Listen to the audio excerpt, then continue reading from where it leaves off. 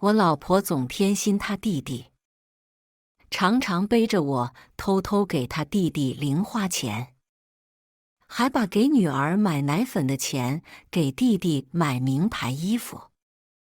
高考的时候，老婆让弟弟住到女儿的房间，反倒把女儿赶到了客厅。后来我抓到了他偷房本，逼问之下，他说是弟弟要结婚了，这房子是我爸留给欢欢的。我暴怒，却听到他无所谓地说道：“反正是个女儿，早晚要嫁人，还不如给我弟。”大家好，开始今天的分享之前，希望你能给人间烟火点个订阅，我将会分享更多优质的内容。我老婆重男轻女，偏爱她弟弟。我一直都知道，她什么都考虑她弟弟。刚开始偷偷给他弟张江涛很多零花钱，我睁一只眼闭一只眼。后来给女儿的东西都要给他弟弟一份，给女儿多花1分钱都不行。为此，我和他吵了无数次，给他讲我们家不看重这些，男孩女孩都一样。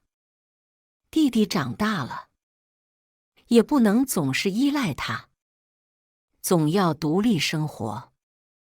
那是我弟呀，我不偏心他。偏心谁？那是我娘家人。他每次都理直气壮地回答。那欢欢呢？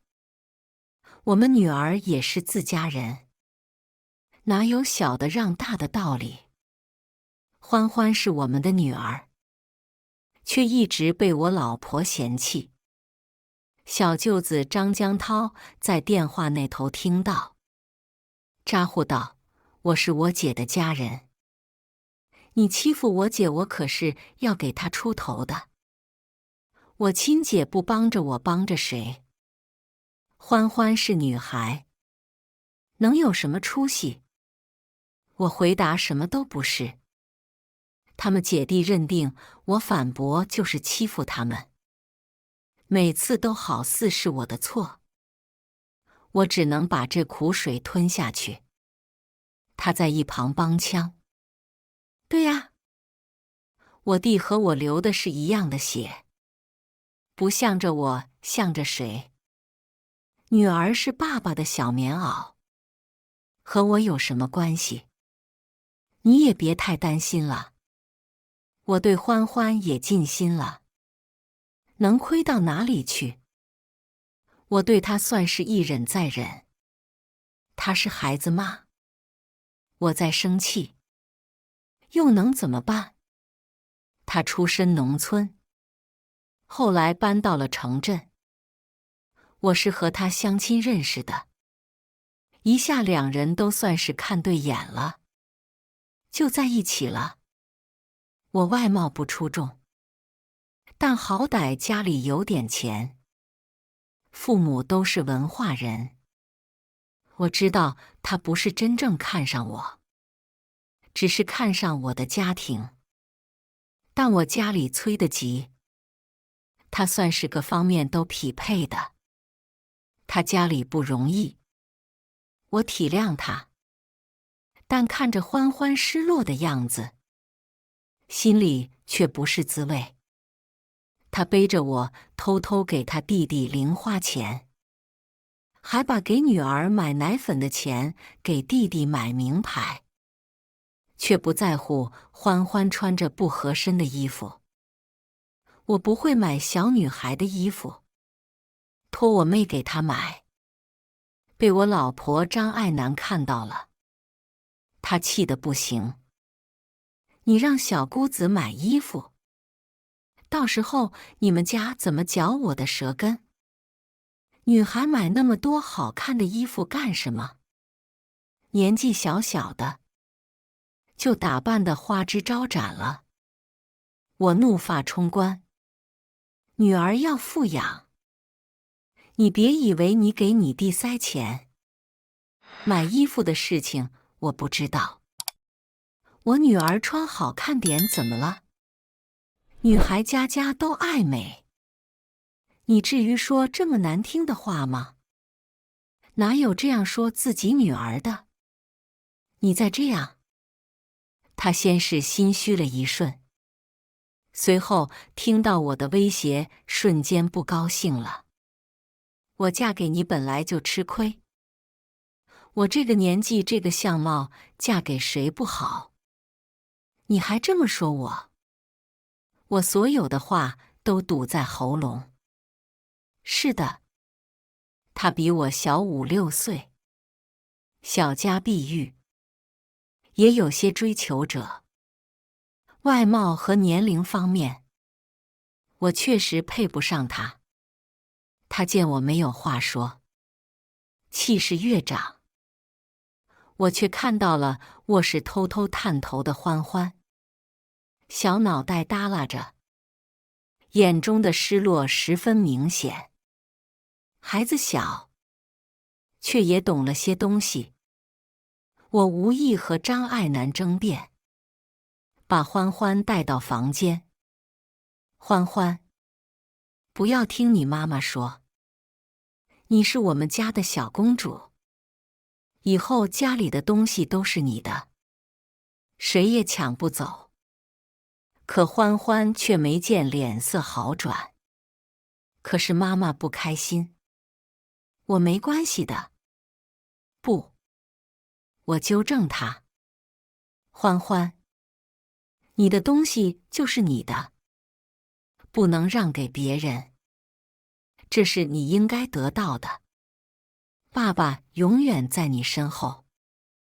我看我老婆那家人把张江涛惯得无法无天，便死活不同意让他到家里来。不只是怕他抢欢欢东西，更是怕他有不该有的心思。张江涛高中的时候，欢欢也长大了，随他妈妈，是个小美人。学校已经有很多小男生追求她。张爱楠知道了，说她不安分，小小年纪就打扮得花枝招展的。可除了妹妹给欢欢买的一些小朋友用的护肤品，欢欢什么也没有。欢欢长到这么大，她几乎没怎么管过。小女孩扎着好看的头发时，欢欢眼巴巴地看着，求张爱楠给她也扎一个，却被她随口打发了。我让妹妹教我，只能我自己给她编头发。学校的亲子活动，张爱楠也从来不去。学校有运动会，他推脱说是有事。什么事情呢？原来是张江涛在班里给女孩子开黄腔，他不敢叫爸妈，只能把姐姐叫去了。回来还说他们班女生大惊小怪，故意把小事闹大。上学涂口红就是为了给别人看，完全忘记了欢欢的事。欢欢原来很在意张爱楠的态度，觉得是自己没有让妈妈满意，便在学习方面努力的不行，每次都拿满分的成绩，渴望张爱楠夸他一句。张爱楠是夸他了，不过却是和别人炫耀，只是把他当成谈资。但欢欢小，不明白，他以为这样妈妈就会爱他了。他包揽了所有的家务活，还会在过年的时候把自己的压岁钱分给张江涛。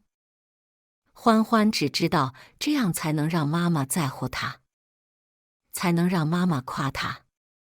后来有一次家宴，张爱南大肆炫耀欢欢成绩好。张江涛听了，不屑道：“女孩子成绩好有什么用？将来还不是别人家的。”张爱南立马变了脸色，附和说她的好成绩没用。欢欢会做菜，会做家务。张江涛这才满意的点头。不错，以后彩礼不会少。我转头，看到欢欢低下的头，仔细一看，他强忍着让眼泪不落下来。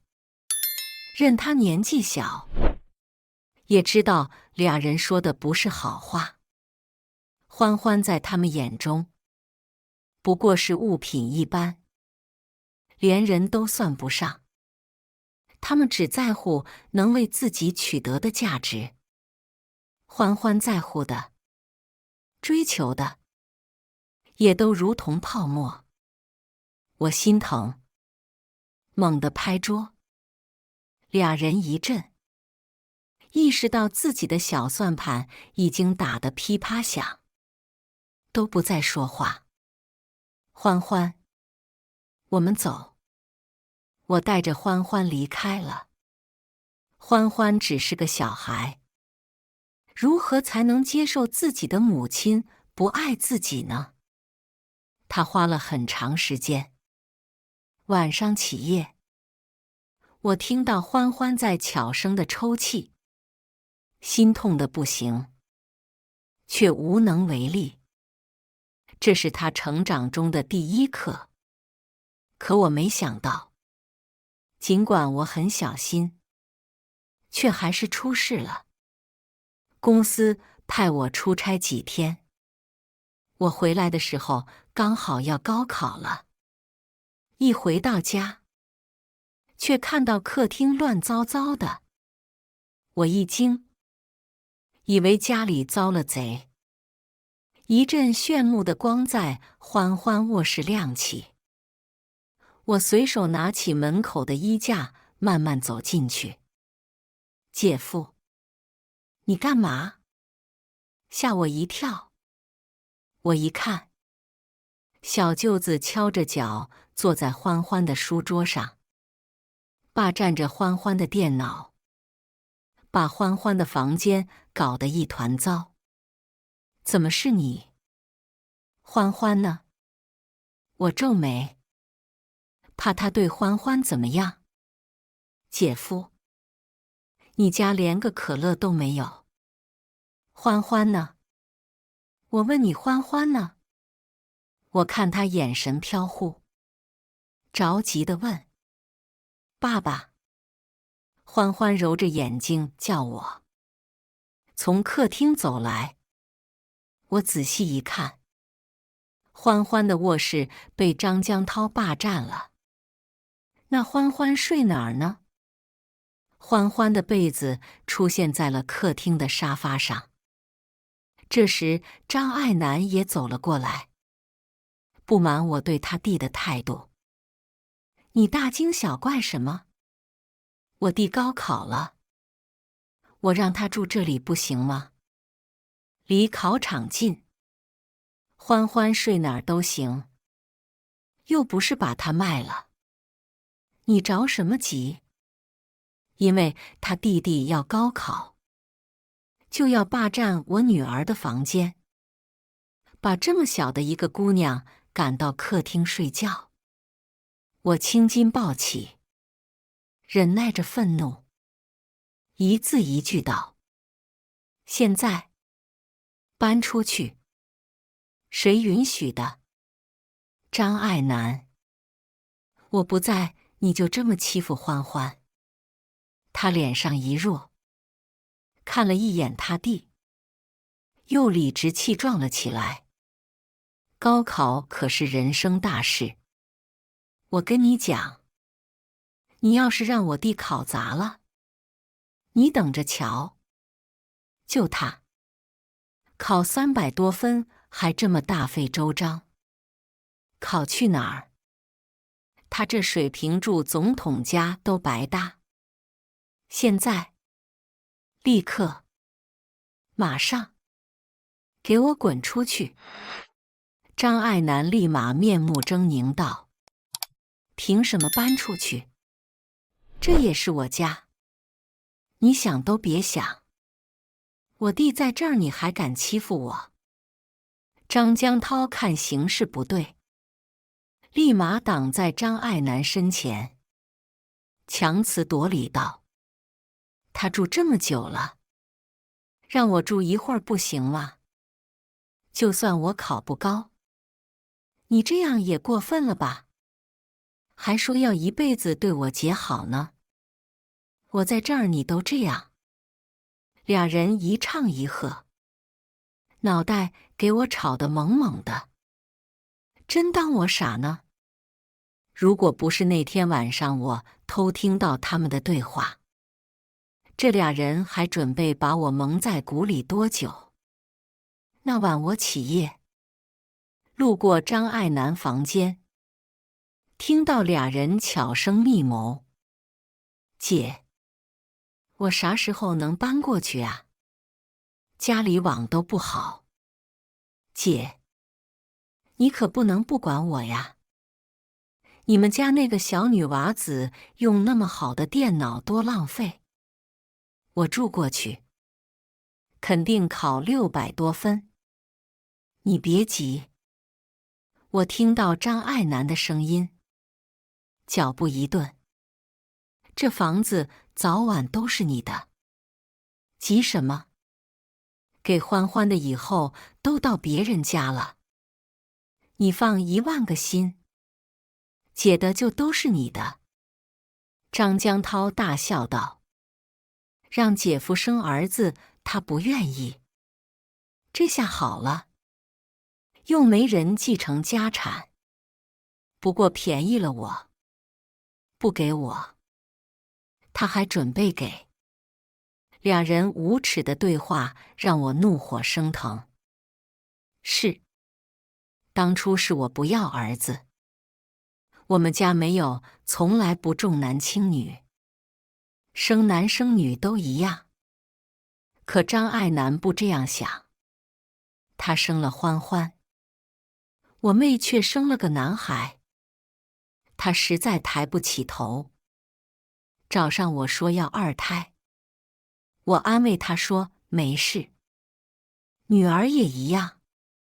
谁知她考量这样深，我还没死呢，家产都替我安排好了。现在趁我不再欺负欢欢，往后我要是走了，欢欢不得被欺负死。欢欢的卧室早就被摆上了好多张江涛的东西，欢欢最喜欢的小熊都被扔到了客厅。我实在忍不下去了，现在就滚！张爱南，你别忘了，这房子是我爸留给欢欢的，现在房本上面是我的名字，你没有权利替我做决定。再找事你也滚出去！这是我第一次对他说这样重的话。看着他害怕的脸色，我心里有点后悔。可下一秒，张江涛就推搡了我一下，却被我抓住了手腕。他怒气腾腾：“姐，你不是说以后都是我的吗？我现在住这怎么了？你等着，你死了以后，这房子就是我的。你现在求我，我还会考虑找个好人家把欢欢嫁了。”我实在气狠了，一拳把他打倒。张爱南转身想拿花瓶砸我，却被扑上来的欢欢推开了。“不许你打爸爸！”他浑身颤抖，明明自己怕得不行，却冲上来要保护我。我把两人赶出去，擦去了欢欢的眼泪。别害怕，欢欢，爸爸会保护好你的。不，爸爸，我想明白了，我的东西，他们拿不走的。爸爸，我也要保护你。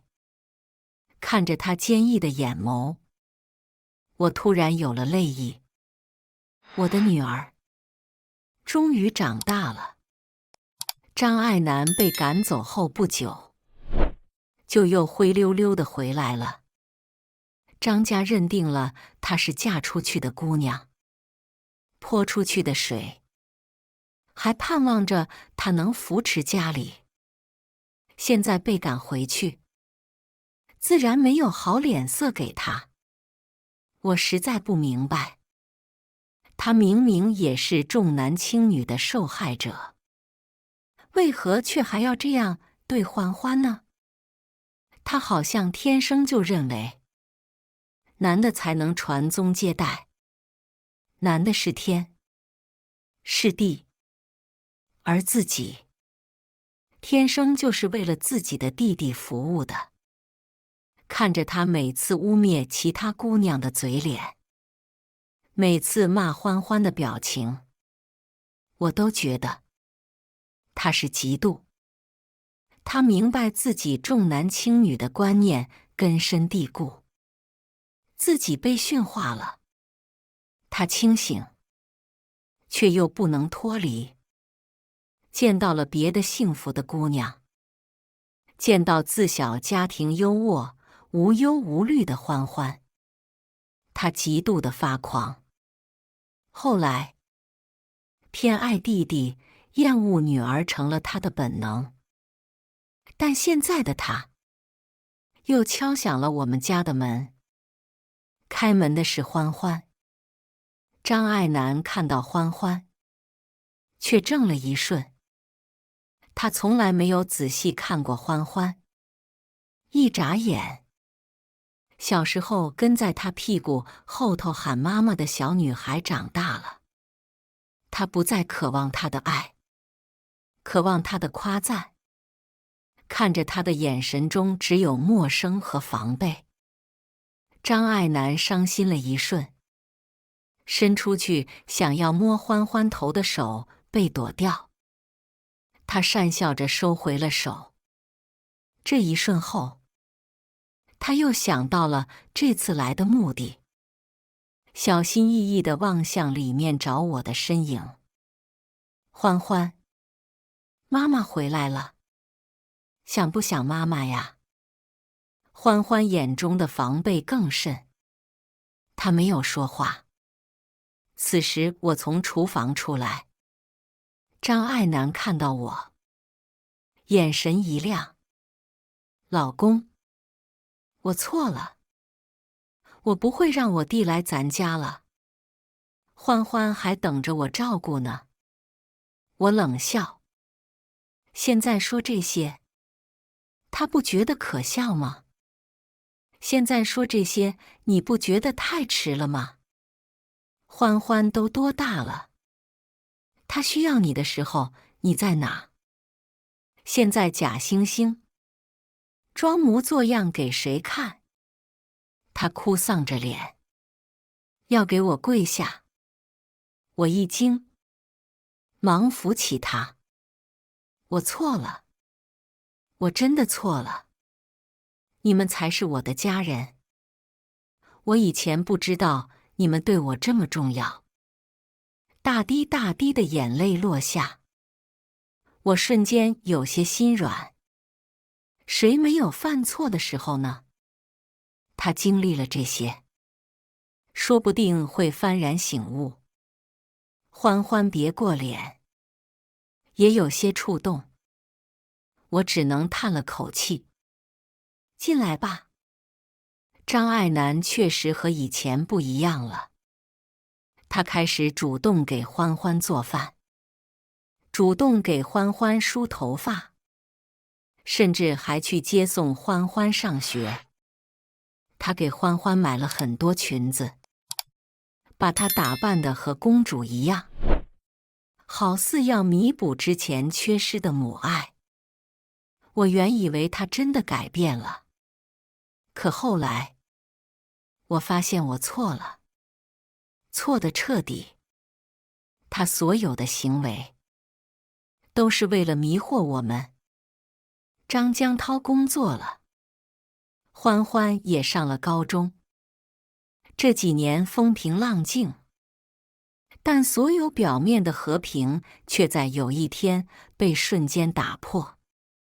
因为张江涛交女朋友了，张江涛染了个黄毛，借钱买了辆鬼火，竟然让他骗到了一个姑娘。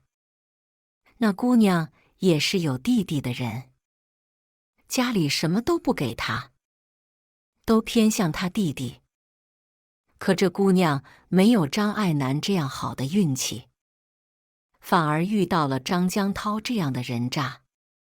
谈了几年，张江涛要结婚了，女方家要了天价的彩礼，要给他弟弟娶媳妇。结果张江涛家里拿不出来，凑齐都艰难。他本来想把女方弄怀孕后结婚的，结果被识破了。女方又加了钱威胁他。张江涛和张爱楠又把心思打到了我和欢欢身上。我回家拿文件，谁知却看到鬼鬼祟祟的张爱楠。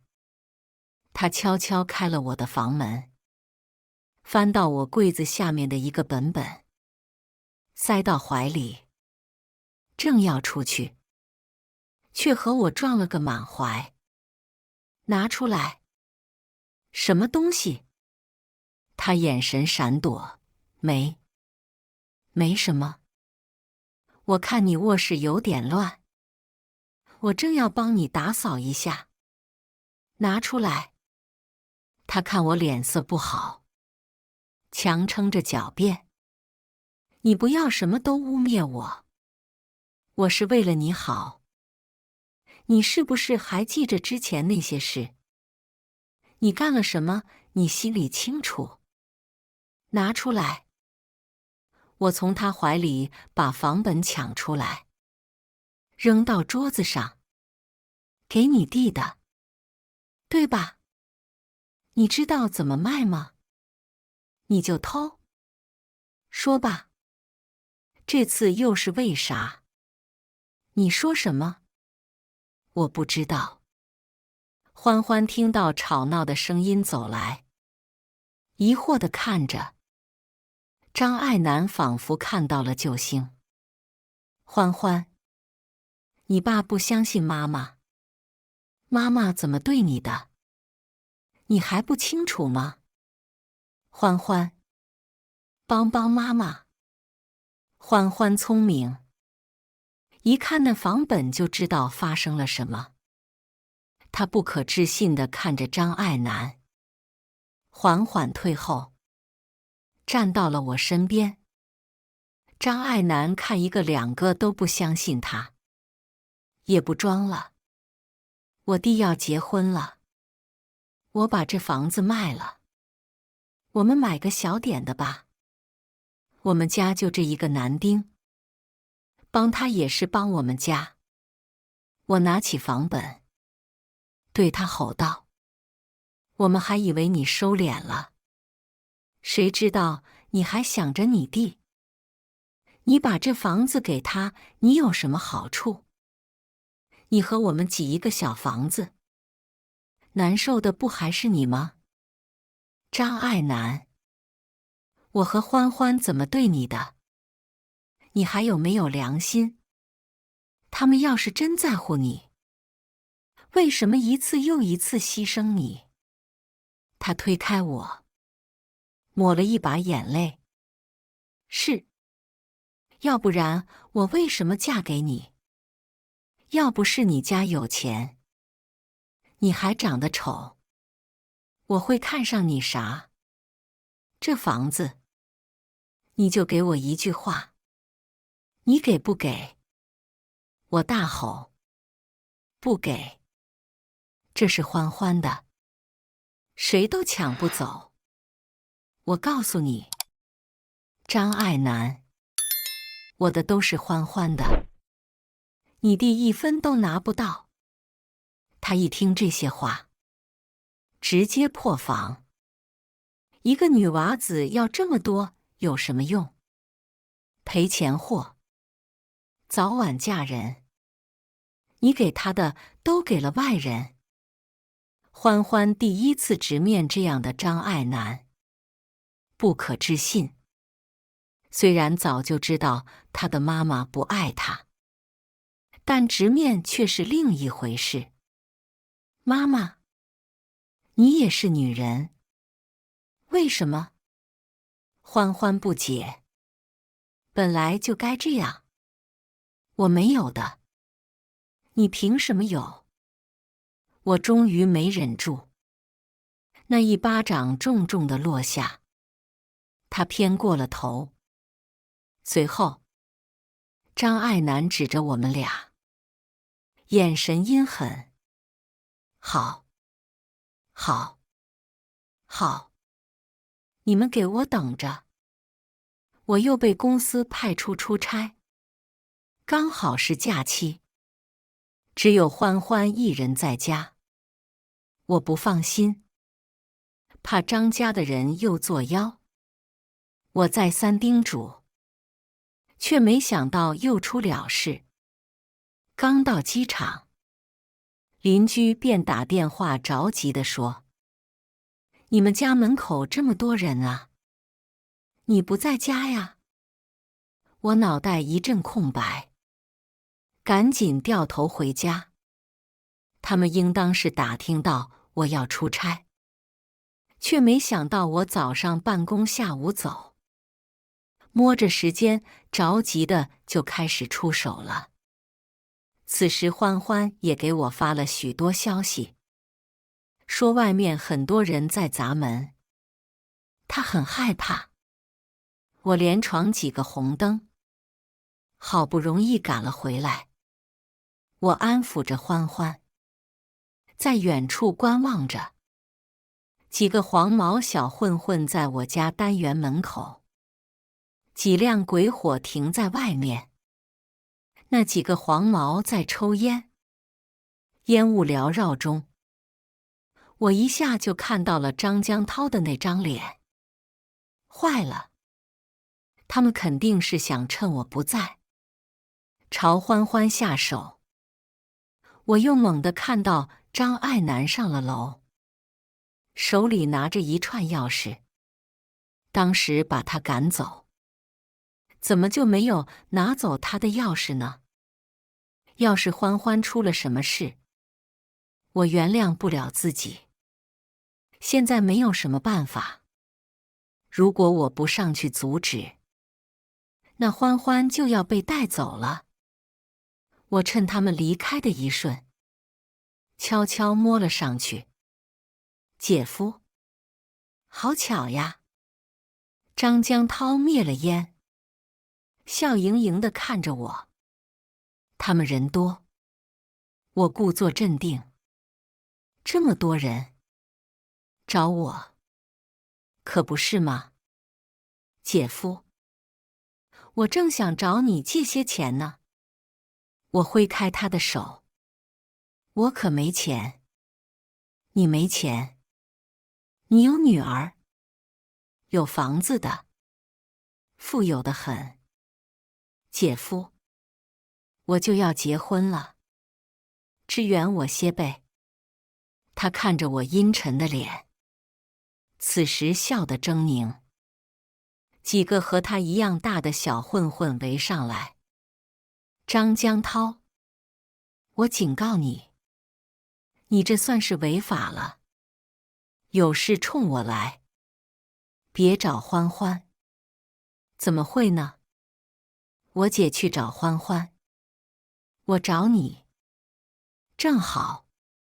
话未落，张爱楠拽着挣扎的欢欢走来，手里拿着房本，得意洋洋。你回来了又怎样？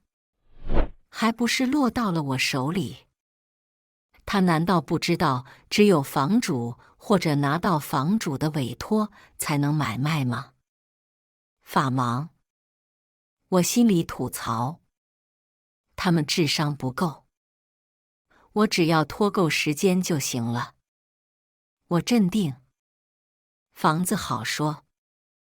欢欢可是你女儿。你这样，女儿？我可没有这样的女儿。赔钱货。早晚是要房子可以。我没空听他发疯。你和我离婚。你想得美。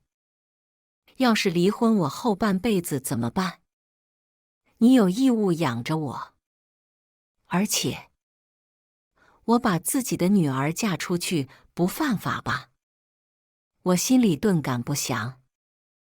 果然，一个猥琐的男的，据说是张江涛的好哥们，走了出来，就要扯欢欢的手。张江涛，你可别忘了你答应我什么？把她嫁给我，我就给你借钱。啊不，是彩礼。混蛋！欢欢才成年，那又怎么了？她怀孕了，只能嫁给我了。说着，坏笑着朝张爱楠身边的欢欢走去。我想冲上去，却注意到张爱楠手上的刀。有话好好说。我心中焦急，怎么还不来？来不及了。我猛地撞开张江涛，冲上去将欢欢挡在我身后。张爱楠看自己弟弟被撞，十分着急，身旁的那些人也躁动起来，扯着我伸出了拳头。我挨了好几下。我挡在欢欢身前，他被我护得牢。那混混伸过来的手被我狠狠打开了。我脸上挨了2拳，胡乱地反击着，也没怎么吃亏。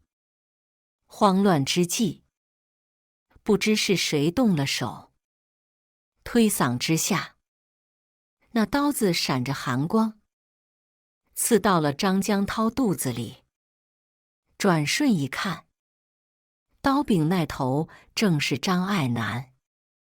警车到了，一群人风风火火地来，又风风火火地走。我几乎脱了力，跌坐在地上。欢欢早已泣不成声。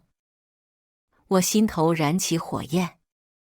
如果不将他们这些人都送进去，那我和欢欢难得安宁。我攥紧了拳，是时候反击了。张爱楠和我没有离婚，俩人没有得手，还受了伤，没有关多久就出来了。张爱楠被他父母扇了好几个巴掌，说是没保护好弟弟，都是他的错。他们也不听他解释，罚他跪在病床外。这一家子的脸丢到了整个医院，谁见到都要吐2口口水。要报复他们，很简单，只需要把张江涛搞垮就行了。而搞垮张江涛更简单，他们张家图我的房子就算了，但是他千不该万不该对欢欢出手，还用这样龌龊的手段。我从机场回家的时候，委托我的邻居帮忙录像，顺便报了警。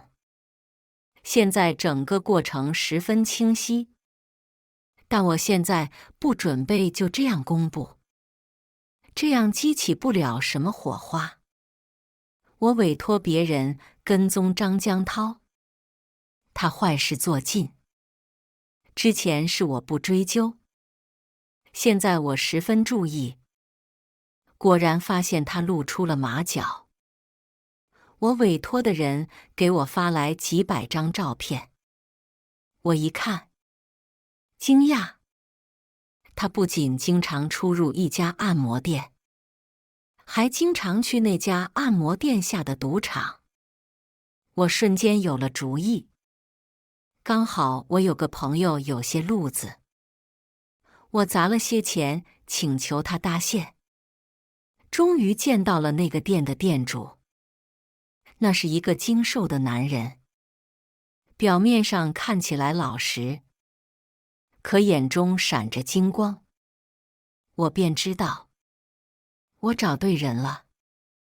我表明了我的来意，他推脱一阵，问我为什么。算我运气好，这个男人和我有相似的遭遇。早年他有一个乖巧的女儿，最后被仇家害死了。听我讲完了张江涛的恶行，我看到了他攥紧的拳。我知道，他一定会答应。张江涛完了。果不其然，过了不久，张爱楠便来找我离婚了。哼！你当老娘非要和你耗呢？现在有一个大哥追我，这婚必须得离。我微微一笑，离婚可以，财产都归我，你一分也没有。他疯癫地拍桌，凭什么？你的财产有我一半，我应得的。凭你的一切都是我给的，女儿也跟我，你不亏。他转念一想，那大哥有一家连锁的店，还那么有钱，老婆女儿都早死了，她嫁过去是享福的，还在乎我这点臭钱。那大哥逼着她离婚，说是离婚后就有机会和他结婚，结婚后家产都是他的。张爱楠本就心动，他弟弟更是直接替他答应了。姐，你就答应吧，快点离婚好。他这么抠，你也别指望他了。那个大哥比他好几百倍。张江涛着急了，姐，这么好的事情你就别犹豫了。张江涛在那家店久了，和老板大哥认识了。这不，那大哥给他指了条明路，让张江涛跟着他干，给他让了几把，让他赚到了钱。张江涛哪里见过那么多钱，一下掉到了钱眼里。不仅如此，他估摸着老板单身久了，想把人家套牢了，就把自己姐姐张爱楠介绍给了老板。俩人一上来便诉苦，把我和欢欢说得一无是处。哥，你信我，都是那个死男人逼迫我的，我一定和他离婚。他女儿跟他一样，都是。老板笑眯眯的，看起来是相信了，却暗下和我商量着计划。此时我不语，只微微一笑，就等着俩人掉入陷阱。好，净身出户就净身出户，不过你可别后悔。离了我，还有哪个女的眼瞎？直到他签了字，我才露出了释然的笑容。从今往后，张爱楠一家和我们没有任何关系了。老板依旧抛出诱饵，张江涛开始还赢得顺畅，姐弟俩以为真的过上了好日子。张爱南还乐滋滋地向我示威，没想到吧？离开了你，我什么都有了，你就守着你那女儿和那个破房子过一辈子吧。张江涛更是说，你以为我稀罕你们家那个老房子？女儿家的房子给我，我都不要。晦气！你现在求我，我还能跟老板说说，带你一起赚钱。我不屑。他还气急败坏了，撂下一句：你等着瞧，我和我姐一定比你们过得好。便用鬼火喷了我一脸尾气走了。老板向他们透露了秘诀，俩人喜滋滋地相信了，不停地向里面投钱，越来越多，越来越多。他们相信自己会获得暴利，赚钱就是这么容易。我知道两人贪婪，却没想到他们竟然说服了爹妈，把老两口的房子卖了，拿出了棺材本押了进去。老板的手段高明的让我佩服，他们为了赚更多的钱，竟然开始到处借钱了。之前在我面前耀武扬威的两人，竟然还有脸问我借钱。你借我100万，到时候我发财了还能带你一把。我拒绝了，他们还说我不知好歹。后来张江涛和李家的姑娘要结婚了，听说办了场盛大的婚礼。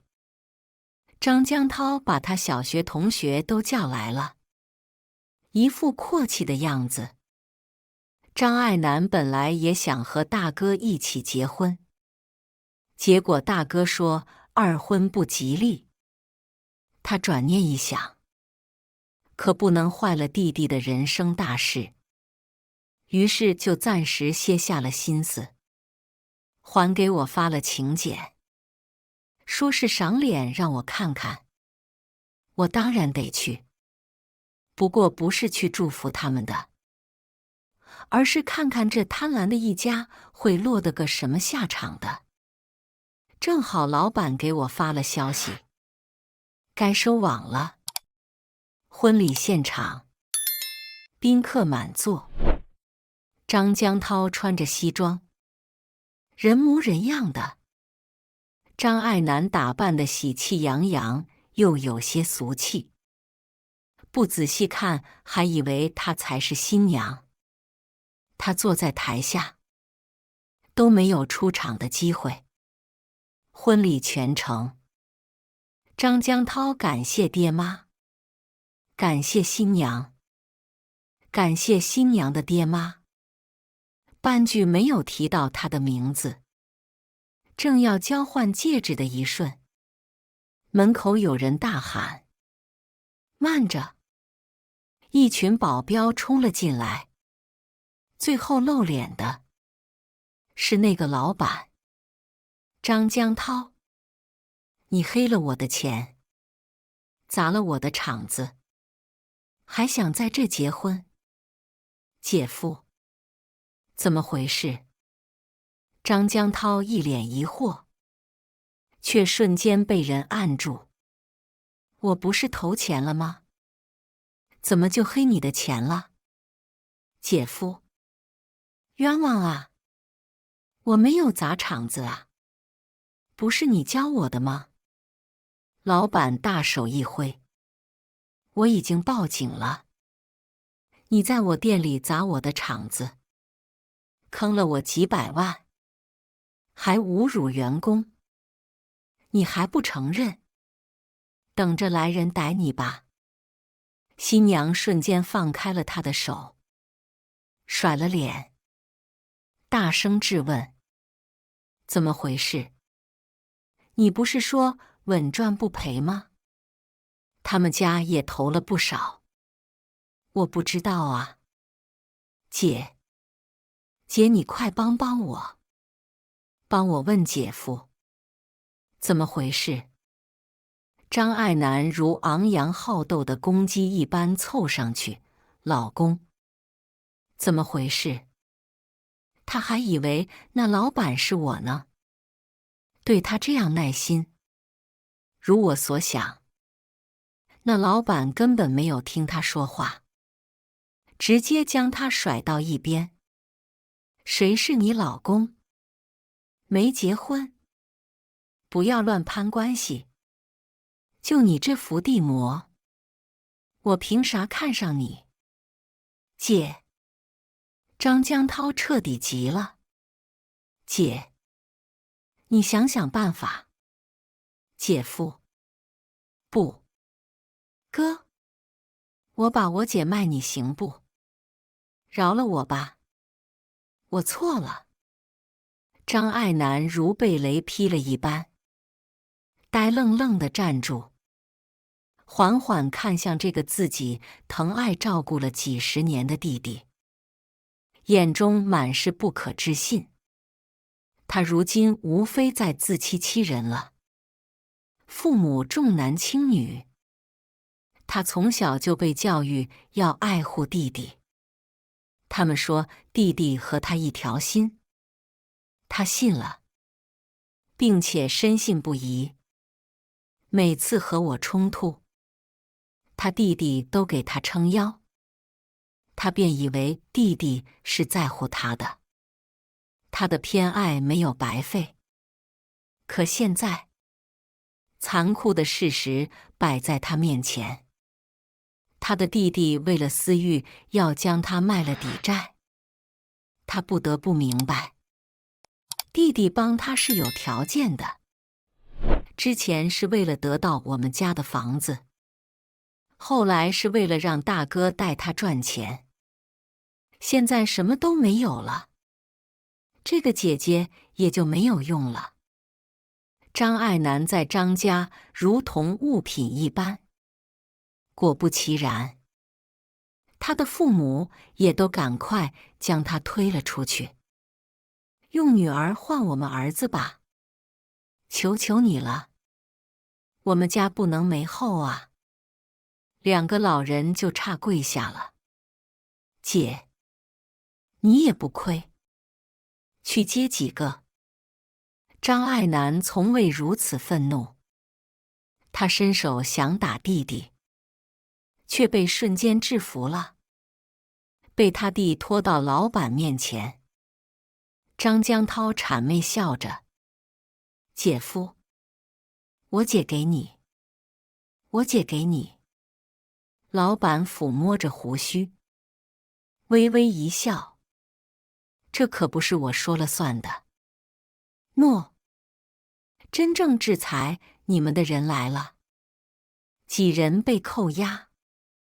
张爱楠魂不守舍，张江涛却眼尖看到了人群中笑得张狂的我。是你，是不是你？你给我等着。他拿什么让我等着？我不知道老板具体做了什么，但我知道他手段老练，没个几十年，张江涛出不来。我把之前拍摄的视频也放到了网上，把这一家人的恶行曝光了。张江涛被抓，他身边的人也遭了殃。之前他尝到甜头后，立马喊了许多人和他一起搞这个，又是喝酒又是吃饭的。很多人看他出手阔绰，好似真的赚到了钱，也都心动了。尤其是那个想对欢欢出手的黄毛小伙，他和张江涛关系好，也投了很多，于是也被送进去蹲了几年。张爱楠没钱，侥幸逃过一劫，但家里被张江涛连累，不但没有房子，还欠了很多债。张爱南来求我，我却再也不会心软了。对这种人心软，简直是折寿。他的下场也不算好。他们一家子法忙，老两口以为用钱能把张江涛捞出来，于是又开始给张爱南找下家。城里找不到，一家子又回了山里。